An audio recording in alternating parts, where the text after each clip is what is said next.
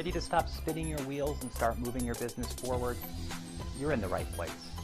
On each episode of Accelerate to Achieve, we'll discuss a crucial step in the journey, offering tips and advice that you can apply immediately within your own company. From financial management to customer success to digital transformation, we'll cover it all while providing leadership lessons from top industry insiders. In just 15 minutes, you'll be inspired to build momentum through action and achieve incredible results. Welcome to Accelerate to Achieve, the podcast that moves you from question to answer and idea to execution.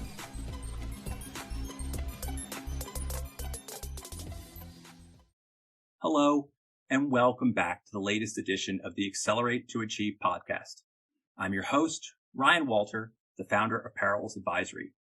Our light continues to shine bright as we're joined by another inspiring guest in our Spotlight series. Does it ever feel like you're never getting to the finish line? In fact, is it getting farther away every day?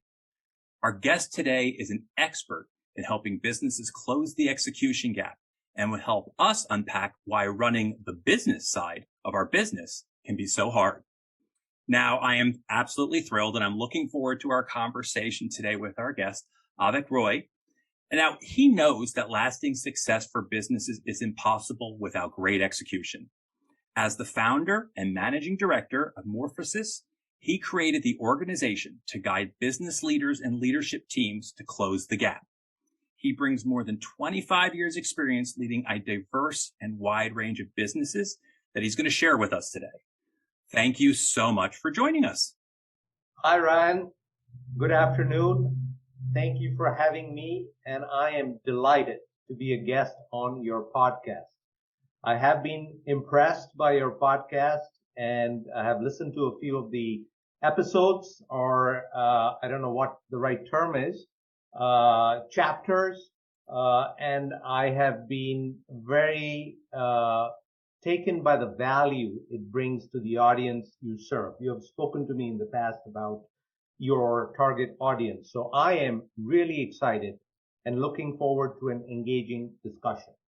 Well, the check will be in the mail for that soon. So I appreciate the comment. And I appreciate the fact that, you shared the feedback. We're always looking for it. And I know you will just add to that legacy. And I'm looking forward to everything you have to talk about. In fact, I know, I'm really excited by some of the things that are going to be said. So this is going to be a great, episode, edition, whatever you want to call it. We're not preferential, so you can choose your words.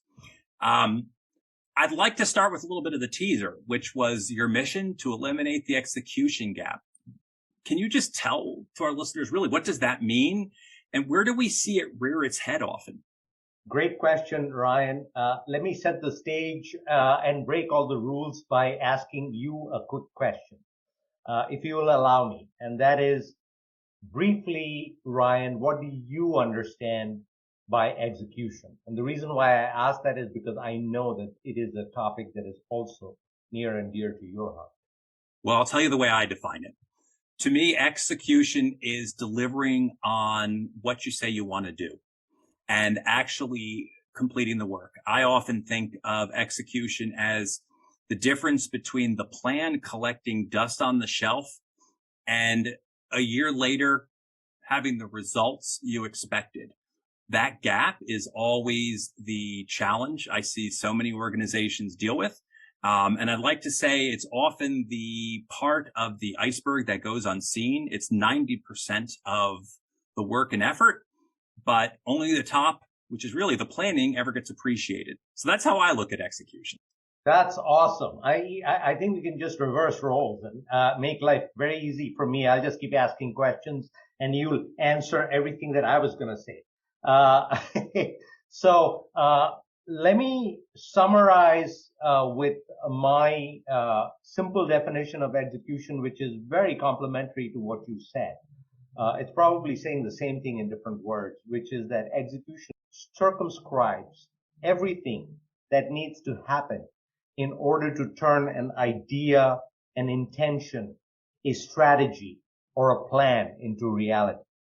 My mission, as you described it, is, I would like to believe it is, to help my clients and businesses and leaders to close the execution gap, to eliminate the execution gap. But my mission is truly to help them minimize the execution gap. And the reason why I say that is because kind of like the friction that exists in the air, right? You just can't get rid of it. It's very, very difficult, almost impossible to absolutely eliminate the execution gap. But I'm getting ahead of myself. Let me explain. An execution gap is the difference between what leaders set out to achieve and what their organizations actually deliver. Let me give you a quick example. Let's just pretend there's a leadership team, CEO, and 7 top leaders, total of 8. And they're thinking about their organization. They know their business. They know their team. They know their customers. And they say, hey, in the next 90 days, we should be able to get A, B, C, D, and E done. 5 things, whatever those 5 things might be. Fast forward 90 days. And if we, just for argument's sake, pretend January 1st was the date when the 8 leaders set their goals. Fast forward to March 31st, 90 days later, and in many situations, in fact, in most situations, you'll probably have of the 5 things, A, B, C, D, and E, A is 80% complete, B is done, C hasn't started, E is about 50% done, and that's probably, one of the better outcomes. And so that gap between the January 1st and the March 31st snapshot is the execution gap. And you had also talked about, how it manifests. And generally, the simplest way to think about the execution gap in real business terms is whenever results fall short of what was expected. It's interesting. You mentioned getting stuff done. And, my head initially goes to, I think everybody thinks they get stuff done. I don't know anybody who doesn't think they're not busy with a lot of things going on. So could you perhaps elaborate a little forward on what it means to really get things done? And what does that actually look like if you're highly effective? Great question. Let me just, maybe I'll start by saying a little bit, Ryan, if you're okay, and please let me know if you would like me to change course. I'd like to start by talking about what the execution gap actually looks like. It'll become easier to then, talk to what it looks like when the execution gap is small. Is that okay? Sure, absolutely. Excellent. So the execution gap, and this will be no surprise, manifests itself in somewhat different ways in each business. Symptoms vary widely. Root causes are probably less varied. And I'm just going to give a sort of a analog to make the point. Just think about a cooking example. You're in the kitchen. You have plans to make an amazing meal for 10 guests that are coming over. And there's a lot of thinking and planning and strategizing. And then the execution begins with the trip to the grocery store. And fast forward, the meal is cooked, dinner is served, the guests enjoy their meal. What would execution gap look like in this kind of contrived example? Well, let me just go over some of the possibilities. One, the execution gap could result in the dish not tasting the way that the host intended. Maybe it is that the dish doesn't look as good as the picture in the recipe. Or maybe it wasn't ready in time for dinner. Or the dish turned out great, but the kitchen was a mess, right? I know this is a little bit facetious, but let me give you 3 generic examples. Remember, I said that the symptoms probably look very different in different organizations, but let me give you let me just give you three generic examples of how you might recognize symptoms that suggest there may be a sizable execution. Example number one is that there's always too little time. Everybody is perpetually buried in day-to-day stuff. Sound familiar? Oh yeah, I don't think that isn't top 3 on almost everyone's list that I talk to. So that's one kind of chronic and ever-present symptom. Another one, number 2, is constant firefighting. That's because new fires seem to get lit every day and every which way you look. Everyone is perpetually buried in addressing the one-offs. And the third of the three examples is that people are unsure about which way to go. This can take the form of too many concurrent priorities or projects. It can take the form of doubts about what are the right things to focus on, or it can even take the form of unproductive, meandering directionalism. So that's essentially some of the symptomology of the execution gap. Now, if I can talk a little bit to or speak to the root causes of the execution gap, I think it'll become very clear what highly effective execution looks like. So one of the things that I have developed over the course of my work is what I call the 5 dysfunctions of execution effectiveness. And obviously, if you have those dysfunctions, you have a gap.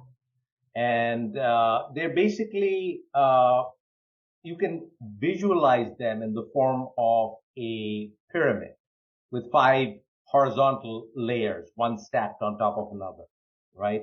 So each layer of the pyramid kind of leads to the next one, all right? And I'm going to start with the dysfunctions and then pivot very, very quickly to what highly effective looks like. So at the bottom of the pyramid of the 5 dysfunctions of operational effectiveness is clarity. Most organizations have what I call shallow clarity, right? Shallow clarity basically means that, yeah, we have some idea of what we're all trying to do, but that clarity is not very deep. You know, it's almost like if you think about business being a jigsaw puzzle, right? Let's just, for conversation's sake, say 100-piece jigsaw puzzle, and deep clarity, and I'm now pivoting between dysfunction and highly effective.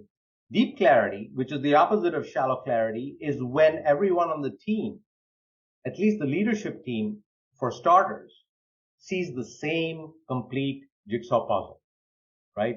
Oftentimes, shallow clarity means, yeah, I see pieces of the puzzle, I see sections of the puzzle, but I don't have the same picture. One of the ways that I try to suss that out is when I meet with leadership teams, I sometimes have them take a blank piece of paper, not consult with their colleagues, and write down the 3 to 5 most important priorities for their business, not for their individual roles, but for their business over the next 90 days. And it is very, very rare. I mean, I can't even think of an example to share with you in recent memory where the team comes up with a fairly consistent picture of what the 3 to 5 top priorities for the business is over the. So that's the bottom layer of the pyramid. The next layer on top of clarity is alignment. And most organizations, most leadership teams have loose alignment. What does that mean? I'm going to stick with the jigsaw puzzle metaphor. And if you think of a 100-piece puzzle and it is completely solved, that means you can see the picture clearly. Alignment is when each person's piece in the puzzle or pieces in the puzzle are color-coded and they can really see where their pieces are and what the adjacent pieces are around it. That way they know, they see the picture, clarity, and then they have the tight alignment as opposed to the loose alignment in terms of really, really understanding their role and their accountability in terms of making this picture into a reality. So that's the second layer. The layer that sits on top of alignment is focus. You can have deep clarity and tight alignment, yet the team's focus at different points in the journey may get diffused. I mean, we're all familiar with many distractions. I just talked about firefighting a short while back. So the trick is to go from being deeply clear, tightly aligned, and then not let focus be diffused. Keep focus sharp on an ongoing basis in terms of what are the important priorities for the business. On top of the focus layer, and just as a refresher, it's deep clarity, tight alignment, sharp focus.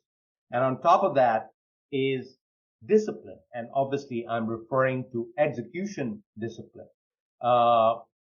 Generally, discipline takes the form of having well-laid train tracks, keeping the trains running on time, and swiftly and effectively changing the tracks and or the train timetable based on opportunities and challenges that emerge. And last but not least, at the top of the pyramid is results-mindedness. And basically, it is what connects the bottom of the pyramid, clarity, with the top, which is the outcome, right? And this basically takes the form of people in the organization being mindful, not just of the tactical outcomes, but being sort of connected to how those tactical outcomes move the needle on the important objectives of the business. So I don't know whether you have follow-up questions, but I hope that helped sort of identify the big building blocks of what a high-functioning, highly effective organization or business with a sort of narrow or slender execution gap looks like. I think it does. And I appreciate you sort of taking us through that process to kind of build us up. And I'd like to just shift the conversation a little to kind of more of the personal or individual side. So, let's look at that leader who might move from that traditional creator role to one where they're actually responsible for getting that alignment, getting those people. I think I've just picked your fourth or third spot in the pyramid. What unique challenges do they face? Because I know often we talk about those shifts moving from contributor to manager to leader. I'm wondering what you see from that. Well, I mean, very, very simply, I see leaders, and again, you're talking about the creator, and I'm interpreting that as the visionary, entrepreneurial leader. And in some ways, members of the executive team are also probably mini visionaries, strategists, that help figure out what the business is trying to achieve. And I think the sort of synthesis between the what, if you use that as a proxy for vision, strategy, direction, and the how as the proxy for execution, I think that synthesis is really important, and often leaders lose sight of it because the focus is so much on the what, the line of business, the craft, the industry, the marketplace, right? That sort of strengthening the muscles, the skills, the smarts, the habits of the how take the backseat. And let me sort of anecdotally say that entrepreneurs and visionary leaders are brilliant, but they're also often flawed. And how is that? If you think about it, most entrepreneurial visionary leaders, not all of them, but most of them, tend to be impatient, impulsive, disruptive in their drive in going from the creator to realizing that creation. And so these entrepreneurs and visionaries are actually really great often at managing those 5 dysfunctions I mentioned: clarity, alignment, focus, discipline, and result-mindedness. When it comes to the individual, to themselves, right? They manage that quite effectively.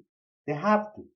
But then that impatience, that impulsiveness, that drive to be disruptive often makes them poor sort of leaders when it comes to establishing a machine that does the how in ways that keeps the execution gap small, which actually serves them, but they often don't have the how vision in the same kind of sharp relief and richness that they have the what vision, right?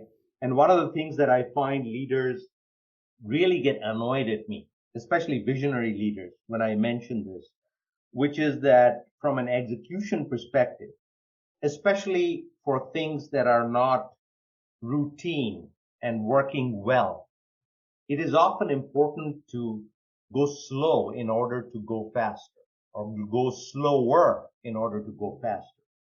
And you can imagine, Ryan, that for a lot of visionaries and leaders that want to achieve what they have envisioned yesterday, this is not a message to them. So I don't know if that answers your question. If there's a follow-up, please ask me. But that's what I see as the challenge to shift from the creator role to, as you have often mentioned, getting everyone rowing in the same direction. No, it certainly does. And I think, one of the things I'd love to sort of jump towards is one of those challenges many of these leaders and others we've talked about here have been addressing over the past few years, and that is resilience in the heart of the unknown. And I'm wondering, do you see a benefit from closing the execution gap that allows us to better deal with, the surprise thing from left field, the unknown, and almost serve as a bulwark or something to help us better respond to it?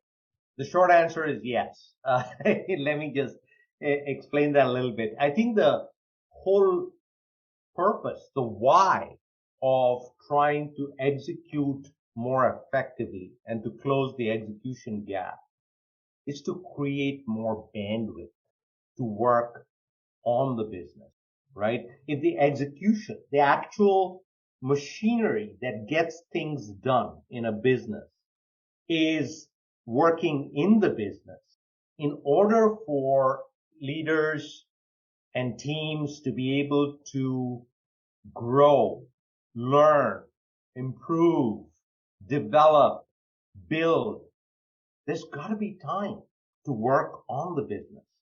And if you think about those symptoms we talked about, nobody having time, constant firefighting, well, guess what that does? That steals that time that would be dedicated to addressing opportunities and challenges. And when you talk about surprises that come from left field, yeah, they could be opportunities, of course, but the ones that stick to our mind are mostly challenges. And I guess, without really mentioning it, I think you were alluding, Ryan, to the pandemic.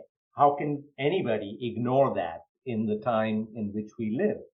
And for businesses to wrap their arms around these kinds of left field opportunities and challenges, they need to have the bandwidth to get that clarity.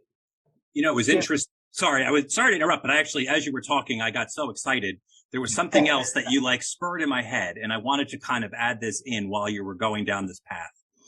And that is, beyond the bandwidth and the thinking, part of me also goes back to when you're painted into a corner because you're running around like a chicken with your head cut off, whatever you want to say, fighting fires.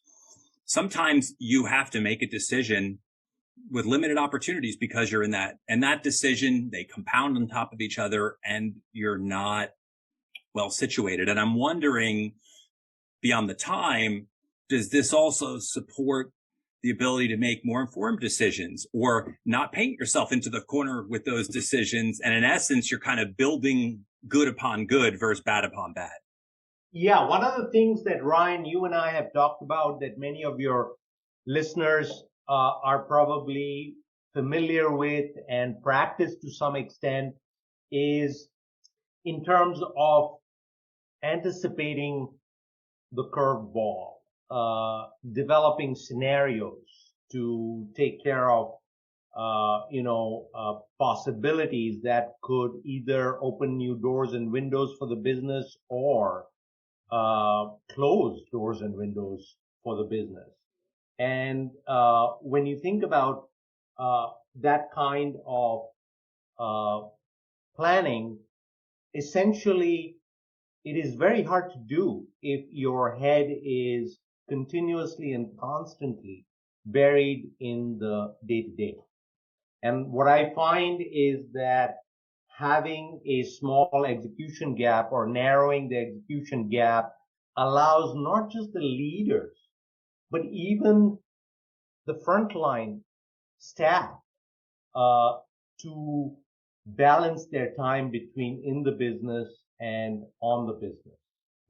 Even if you're talking about a salesperson or a customer service person or a product person, for them to have some bandwidth to think about these curveballs in the context of their accountabilities, their role, and also to have some bandwidth to think about how can I improve my business or my part of the business independent of the unknown aspects of the future. Just in terms of what is known, I need to improve, I need to build, I need to address issues that are slowing me down, I need to fill potholes and remove speed bumps. And that requires a different kind of energy than break fix, band-aids, quick fixes, which is what, is the currency of a less than small, or rather more than small execution gap.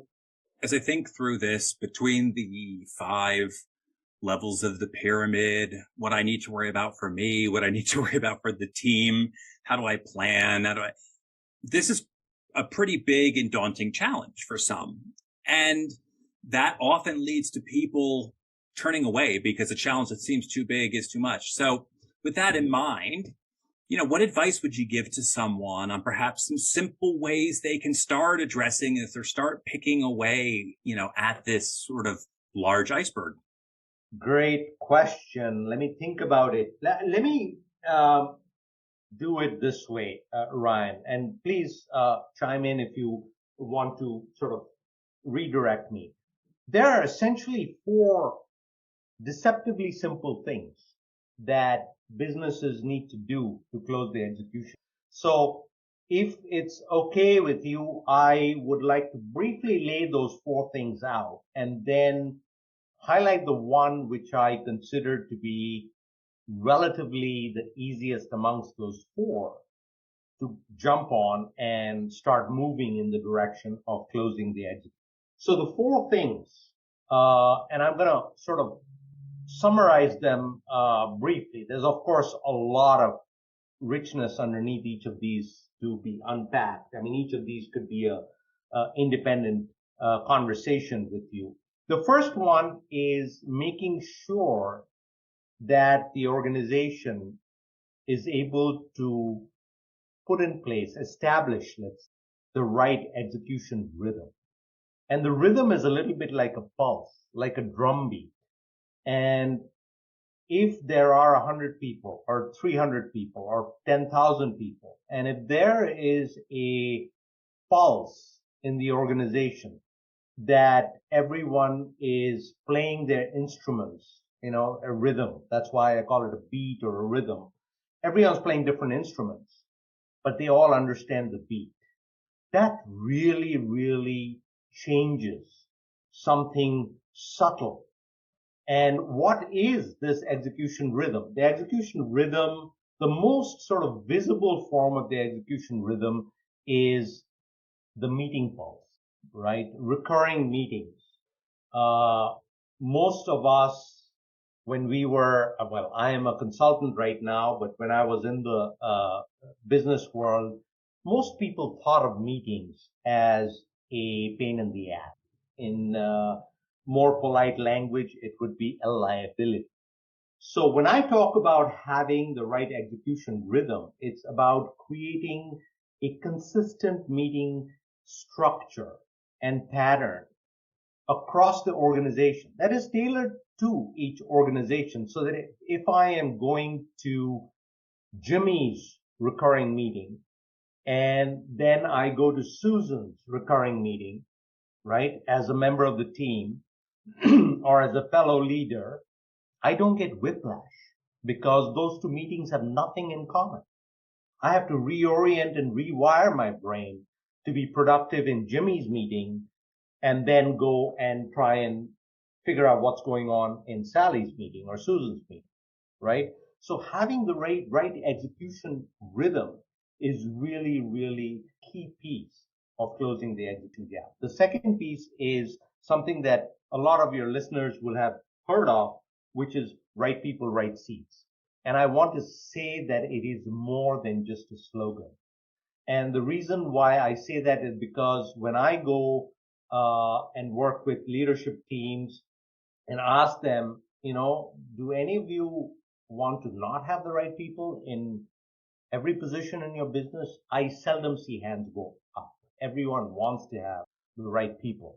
And then I say, okay, take a blank piece of paper, don't consult your leadership team colleagues, and write down for me what the hell is a right person for your business. I have never come across clarity or alignment in terms of the definition of what is a right person. So if that is not clear, and if that leadership team is not aligned, and they are directly or indirectly responsible for hiring 100% of the talent that is coming in the door, or managing and developing 100% of the talent that is already in the shop, then you can understand that actually living right people, right seats becomes a lot more daunting. So that's number two. And the number three is sort of really distilling and cultivating the most potent performance culture for the business. Obviously, performance culture is unique to businesses, and I say performance culture purposefully because it is different from corporate culture. I mean, it is a subset of corporate culture, but performance culture is or are the few fundamental building blocks in terms of values and behaviors that make someone highly effective in that culture, right? So, I mean, you have probably experienced the situation where someone is a star performer in company A, then they leave and go to company B and they become a B plus performer or an average performer or worse.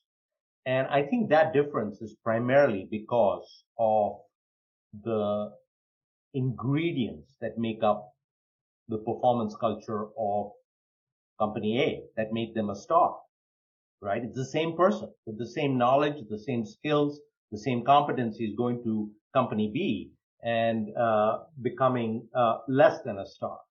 So if companies can identify what that is, the core values and the core behaviors underpinning those values, and they can purposefully and willfully and mindfully cultivate that across their organization, that's another powerful piece of closing the execution gap.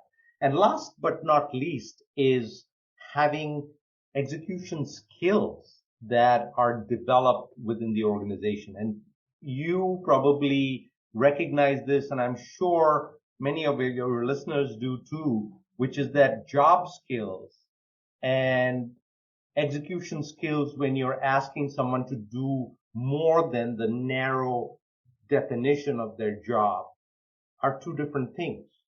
And I don't come across too many businesses that invest in developing execution skills specifically across even their leadership team, let alone the next, layers of management in the organization.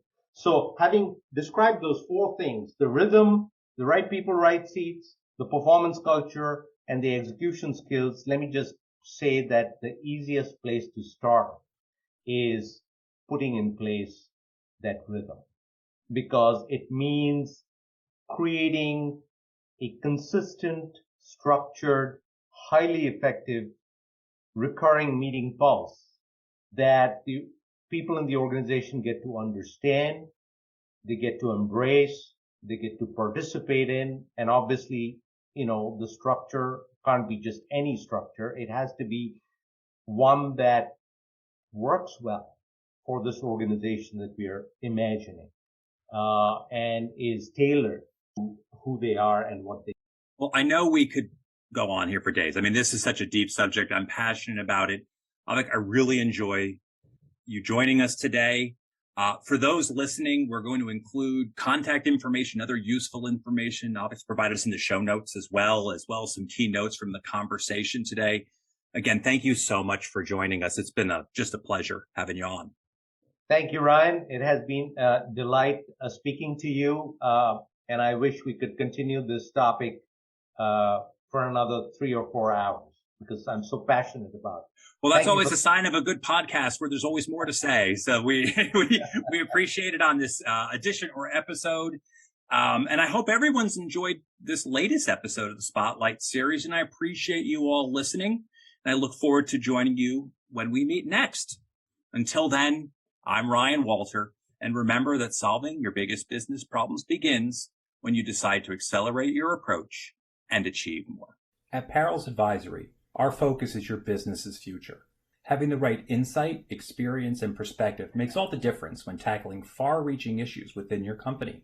We are here to simplify the steps, unlock your potential, and move you forward, making your vision a reality. We've helped startups achieve massive growth, mid-sized businesses navigate digital transformation, and enterprises embrace innovation. Wondering how to jumpstart your business and move it forward? Contact us to discuss your audacious goals during a complimentary consultation. Thank you for listening to this episode of Accelerate to Achieve. If you're enjoying the podcast, please subscribe and leave a review wherever you listen. Got a question, feedback on the program, or interested in being a guest? Simply go to parrels.co/A2A-podcast and send us a message. To learn more about our work or to book a consultation, visit us at parrels.co/contact. Until next time, remember that solving your biggest business problems begin when you decide to accelerate your approach and achieve more.